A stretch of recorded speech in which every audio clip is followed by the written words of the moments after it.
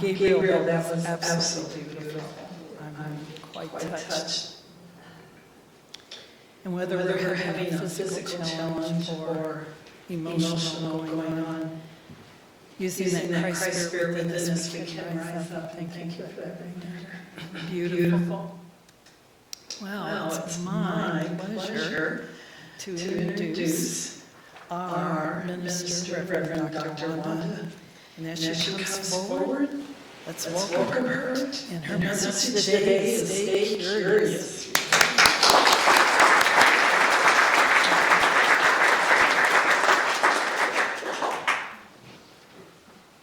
Gabriel, that was so beautiful. I've been to church today. Yeah. Amen. I've been to church today, and we can all go downstairs, have some coffee.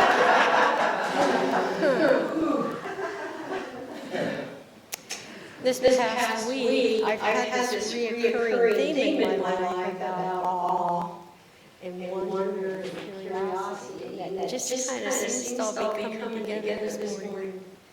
So good morning, friends, members, visitors, and metaphysicians. Welcome to Unity of Way. I trust you feel well in the Word and find yourself in a place where you and your questions are welcome and encouraged. So let's take a deep breath. Let's kind of, as we get into this, a deep breath and acknowledge the presence of the abiding Spirit. And it certainly is this morning. And this is the invocation by our co-founder, Charles Fillmore. And as we breathe in, I am now in the presence of pure being. I am immersed in the Holy Spirit of life, love, and wisdom. I acknowledge your presence and your power, blessed Spirit. In your divine wisdom, now embrace my mortal limitations and from your pure substance of love, bring into manifestation my world according to your perfect law. And so it is, amen. So I'm going to just pause here and share a few thoughts before I get into the message, at the risk of embarrassing my daughter. A couple of years ago, about 5 years ago, my grandson Jasper came to me, and he is an extremely curious child. Grandma, do you think there's life on other planets in outer space? And well, yes, I honestly do. And the reason why is because of the diversity of life here on our planet. You know, the diversity of life in the skies and the seas and on the lands. How dare I think that it's just only on this little tiny, insignificant planet we call Earth. Then a couple of weeks ago, out of the clear blue sky, it dawned on me, what if we are it? What if this is the place? What if in all cosmos and the multitudes of the universe we're it? Now think about that for a minute. I mean, it's like awe-inspiring. And then, of course, it begs the next question. What the heck are we doing to ourselves? What are we doing to our mother? And that's awe-inspiring, too. It brings up a lot of curiosity about who we are and what we're doing. Then I got thinking about the X-Files. Who else enjoyed the X-Files?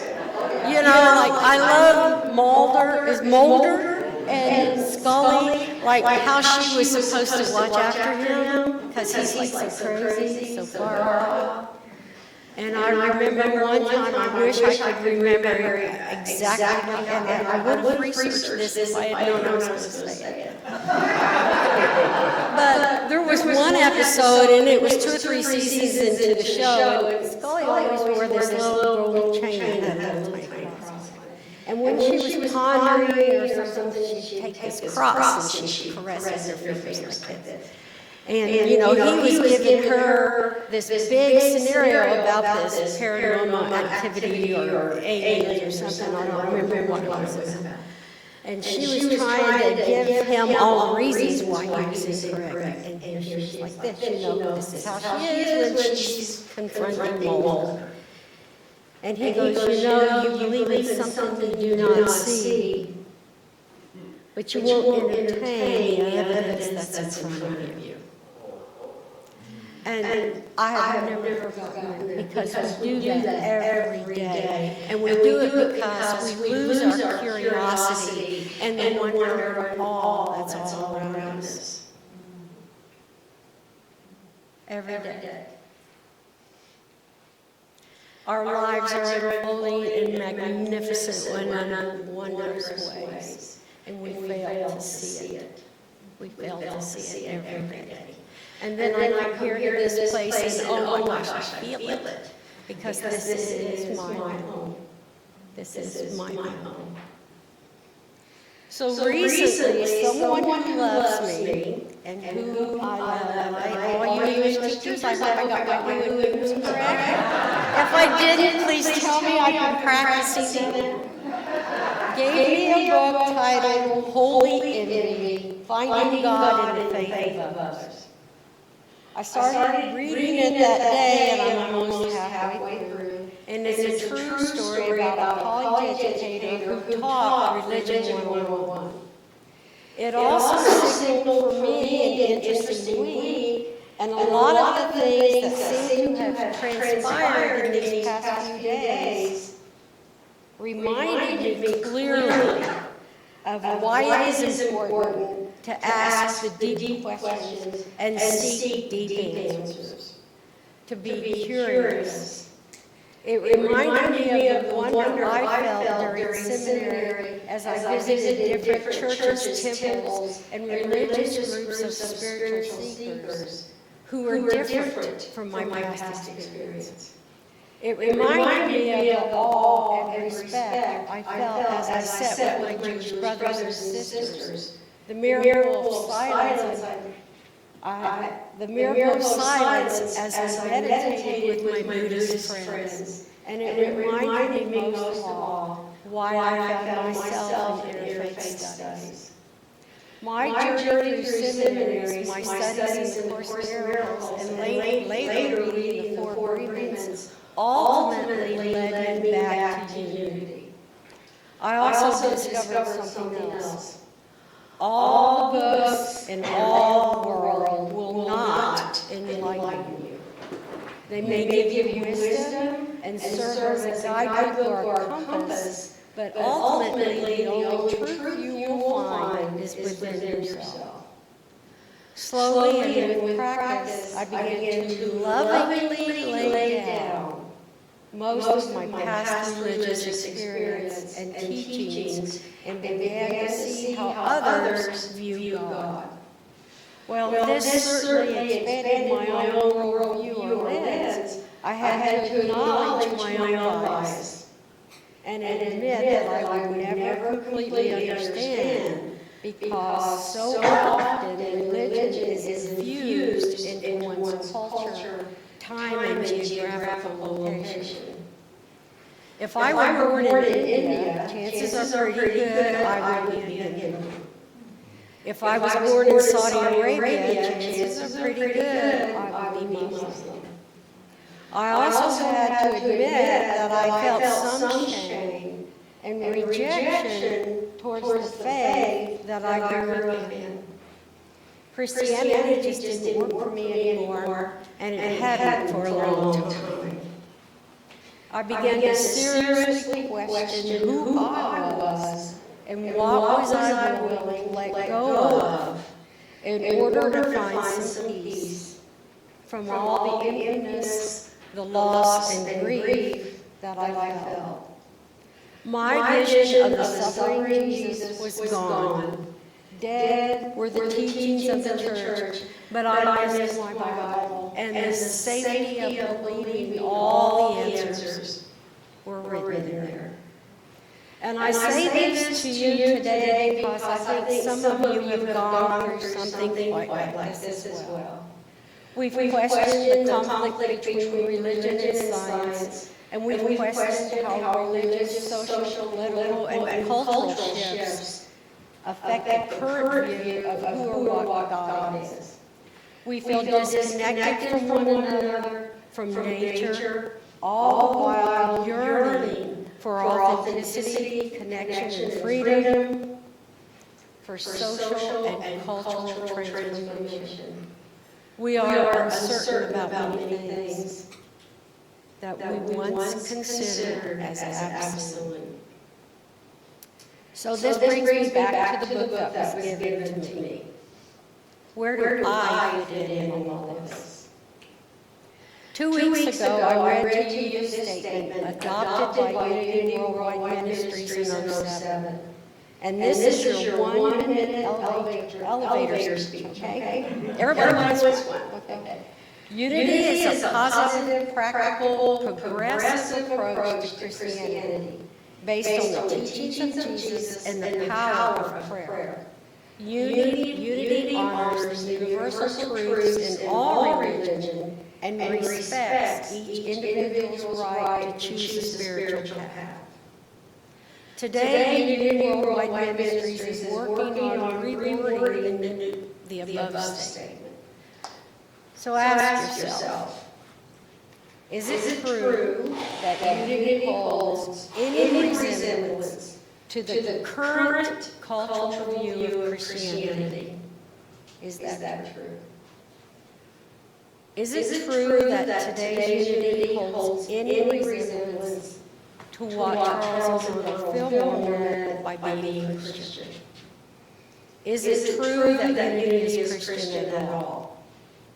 Is it true that we are progressive or practical? Is it true that Unity affirms the teachings of Jesus, of the Fillmores?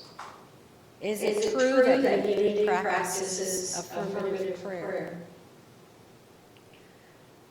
Is it true that we practice the prayer as taught by Jesus of Nazareth or Charles Fillmore?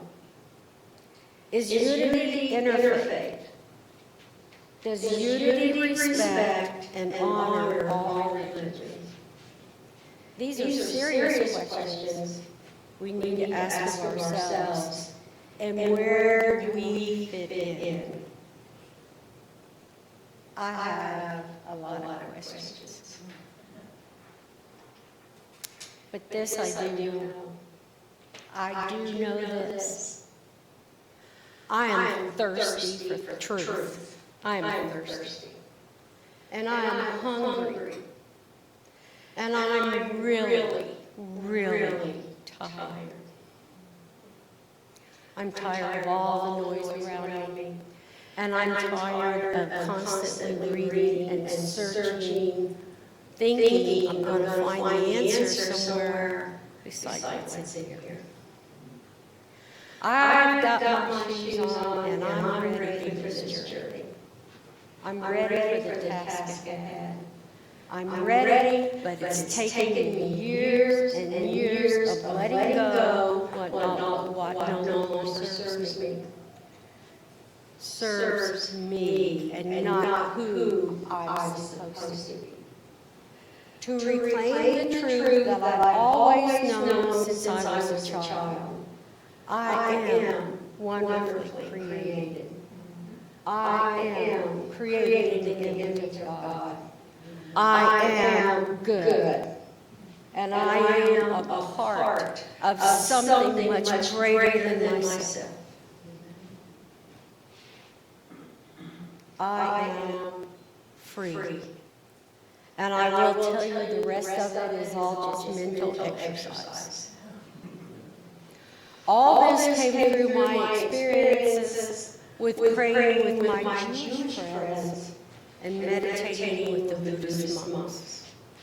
From the experiences I've had in Sunday school and my Sunday school teachers who so dearly love me.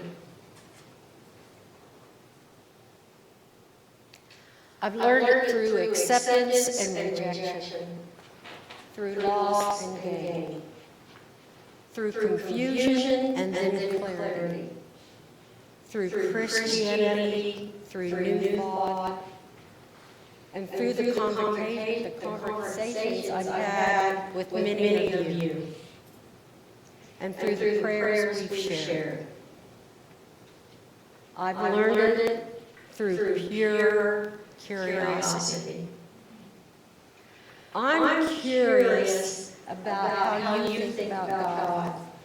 What do you think? And how does this fit in with my worldview? There's no right or no wrong, it's just us. It's just us. And I've had so many conversations with so many of you that I am in awe.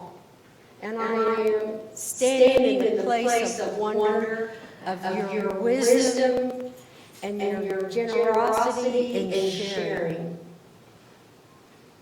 Because of you, I always come back a little wiser and a heck of a lot more humble.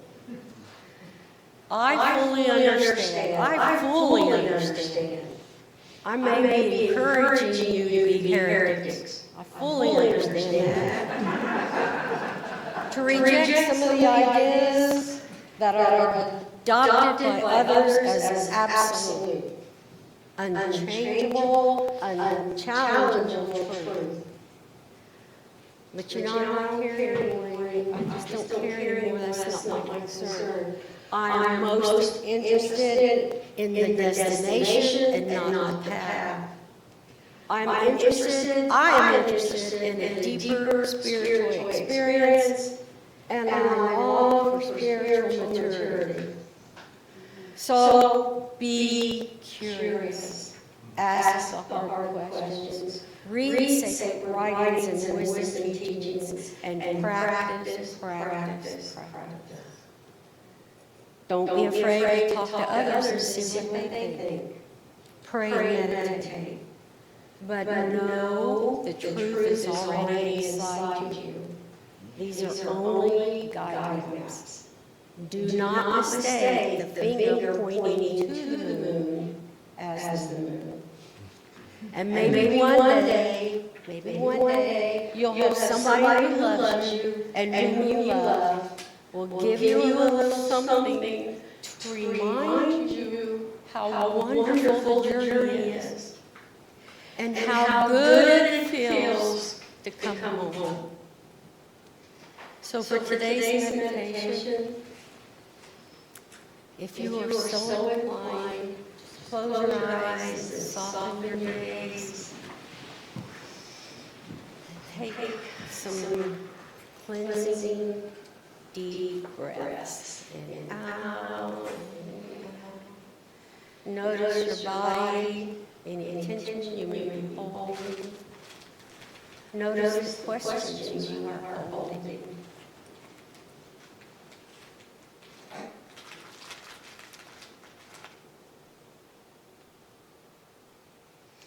Breathe in deeply, and as you breathe in, say I am. Breathe in, I am.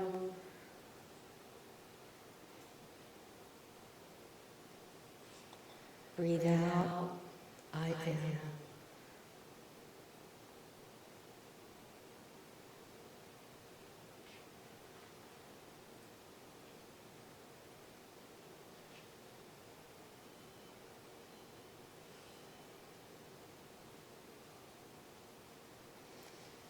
And as you breathe in,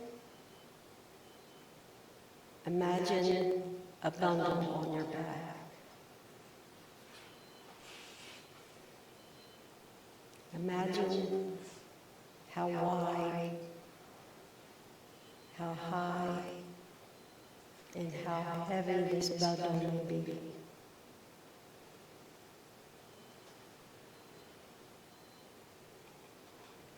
Imagine what is inside your bundle. Imagine all the things you carry inside this bundle on your back.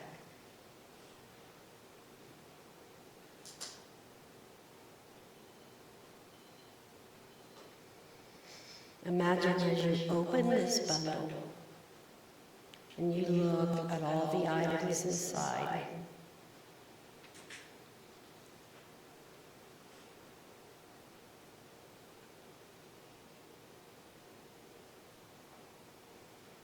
And as you breathe in and then breathe out, think to yourself, do these items help me?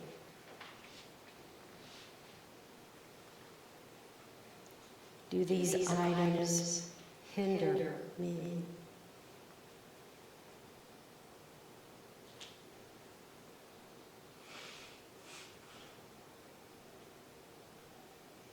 Now imagine as you sort through, remove anything from your bundle that does not help you.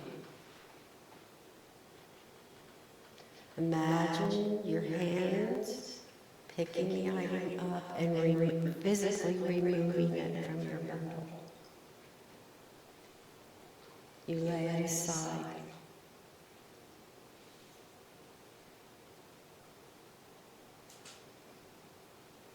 You're keeping only the things that help you.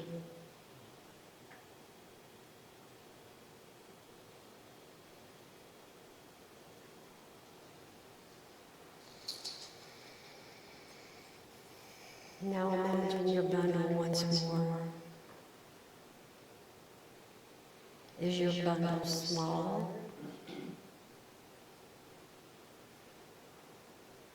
Is your bundle lighter?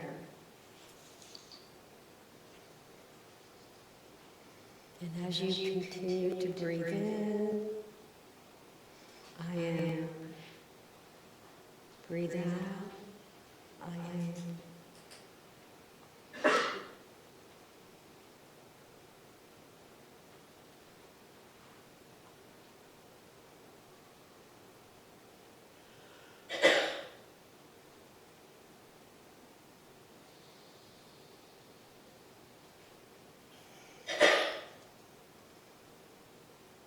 Breathe in, my bundle is light.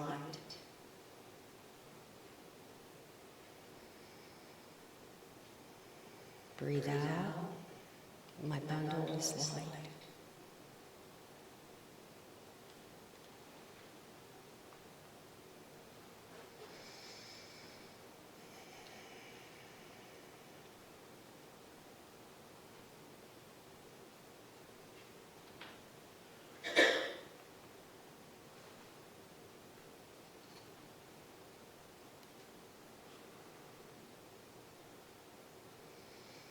Breathe in, I am. Breathe out, gratitude.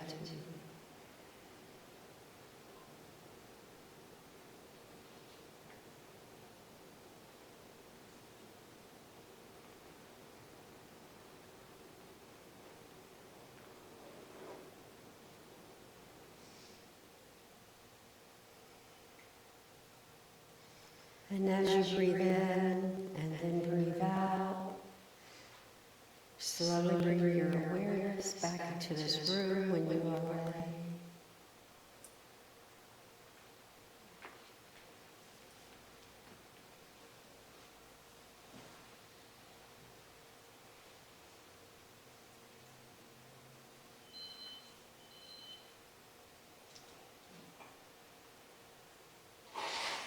Thank you for spending time with me this morning. I appreciate you and welcome the opportunity to accompany you as we ask the hard questions and share with one another the answers. And I close with this poem from Muriel. I tell you, she just never fails. One day, you finally knew what you had to do and begun. Through all the voices around you kept shouting that voice. though the whole house began to tremble, and you felt the old tug at your ankles. Men my life, the voice cried, but you didn't stop. You knew what you had to do. The wind cried with its stiff fingers at the very foundations.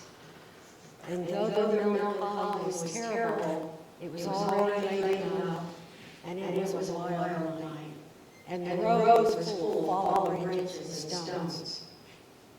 But little by little, as you left the voices behind, the stars began to burn through the sheets of clouds, and there was a new voice, which you slowly recognized as your own, that kept you company as you strode deeper and deeper into the world, determined to do the only thing you could do, determined to save the only life you could, your own.